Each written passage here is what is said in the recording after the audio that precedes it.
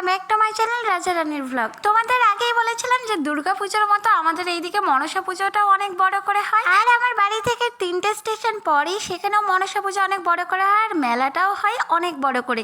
এতদিন বাড়িতে লোকজন থাকার কারণে যেতে পারিনি, তো আজকে ফাইনালি ভাবলাম আমি আর ভাই চলে যাই।